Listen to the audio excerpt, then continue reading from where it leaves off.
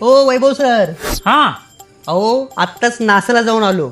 आता पुढचा स्टॉप काय आहे? अहो इस्रोला जायचंय. हा कसं? चला सांगतो या. Yuvika 2026 organise by ISRO. माध्यम कोणतेही असो, शाळा कोणतीही असो, जर तुम्हाला इस्रोला जायचं असेल तर त्यासाठीचे फॉर्म आपल्या इस्रोच्या वेबसाईटवरती उपलब्ध झालेले आहेत. ती सुरुवात होणार आहे 27 फेब्रुवारीला आणि फॉर्म भरण्याचा अवधी असणार आहे 31 मार्चपर्यंत.